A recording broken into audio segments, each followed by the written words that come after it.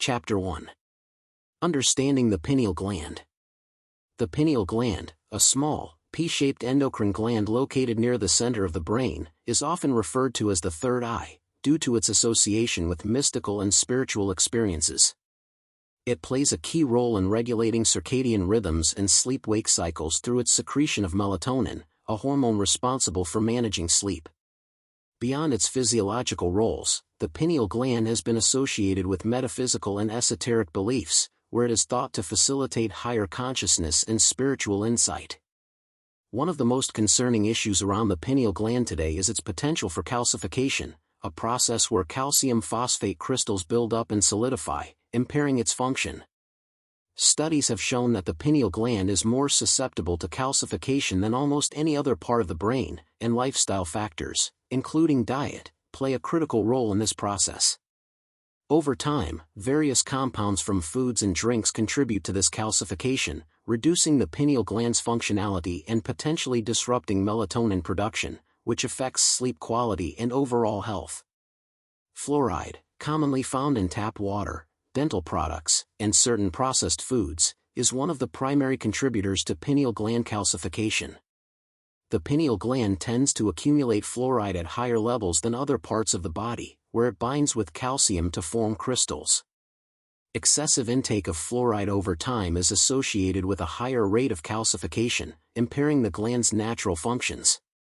Sugary drinks and high-sugar diets can also contribute indirectly to pineal gland calcification by promoting general inflammation and encouraging an acidic environment in the body, which exacerbates calcium deposits. Another dietary contributor is phosphorus-heavy foods, including sodas and certain processed foods. When consumed in large amounts, phosphorus can disturb the body's calcium balance, leading to deposits in various parts of the body, including the pineal gland. Refined carbohydrates, processed meats, and other highly acidic foods also contribute to this imbalance, as does a lack of essential minerals like magnesium, which helps regulate calcium levels. A diet high in heavy metals, especially mercury and lead, can further aggravate this process, as these metals are often found in fish, shellfish, and some vegetables grown in contaminated soils. For those seeking to minimize pineal gland calcification, a diet rich in organic fruits and vegetables, free from excess fluoride, and balanced in essential minerals can be helpful. Detoxifying foods like cilantro, chlorella, and iodine-rich foods may also support the body in reducing heavy metal buildup.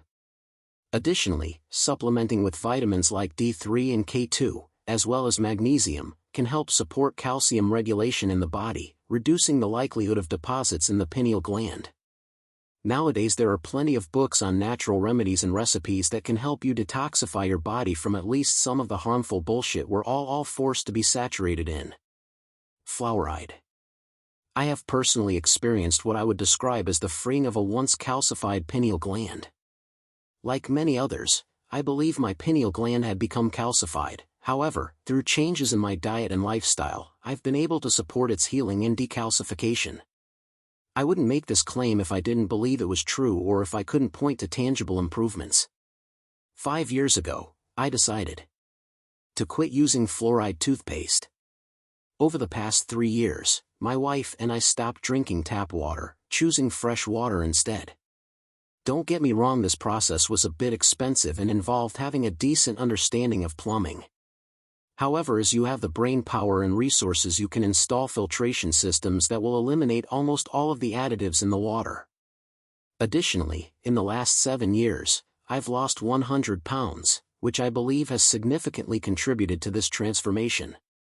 Based on my own experience, cutting out fluoride, energy drinks, soda, and heavily processed foods eventually led to noticeable improvements. My memory became sharper, and my thought process grew clearer, as though a mental fog had lifted.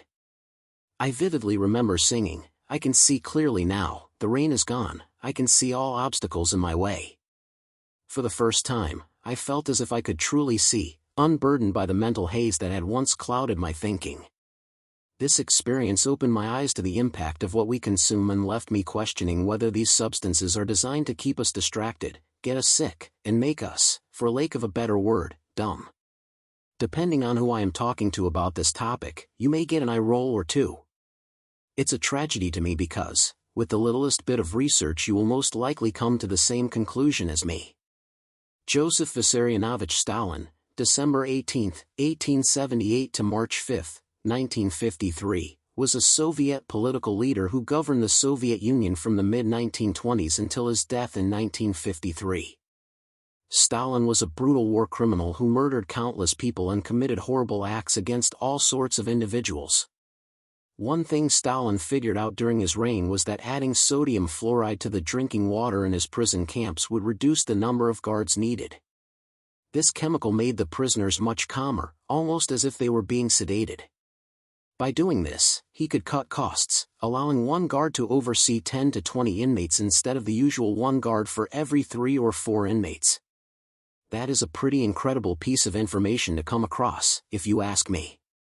Stalin was using sodium fluoride in drinking water to drug people and effectively chemically castrate them, which I see as a fitting metaphor for the occasion. A major misconception people have when they try to debunk claims about fluoride is that they argue, sodium fluoride is found naturally in many things, so you do not have to worry about it. This is where many of these individuals are incorrect. It is calcium fluoride that appears naturally in underground water sources and even seawater, not sodium fluoride. Most people who claim that sodium fluoride is safe to drink and add it to toothpaste have no idea what sodium fluoride is, how it is made, or anything about its properties. Sodium fluoride is a synthetic waste product from the nuclear, aluminum, and phosphate fertilizer industries. This fluoride has an amazing capacity to combine with and increase the potency of other toxic materials. It is a byproduct of toxic waste and sludge, which is what they are putting into our drinking water, toothpaste, mouthwash, and other products. It was a chemical used during wartime to make people unwilling to fight back. This substance would make men who were being tortured give up, quit, and not resist. They put this in our drinking water. Personally, I do not care how good it is for your teeth, I would rather have a fully functional brain than white teeth. What on earth is the FDA actually doing? Because, to me, the whole idea of putting a chemical waste byproduct into something that we ingest is absolutely crazy.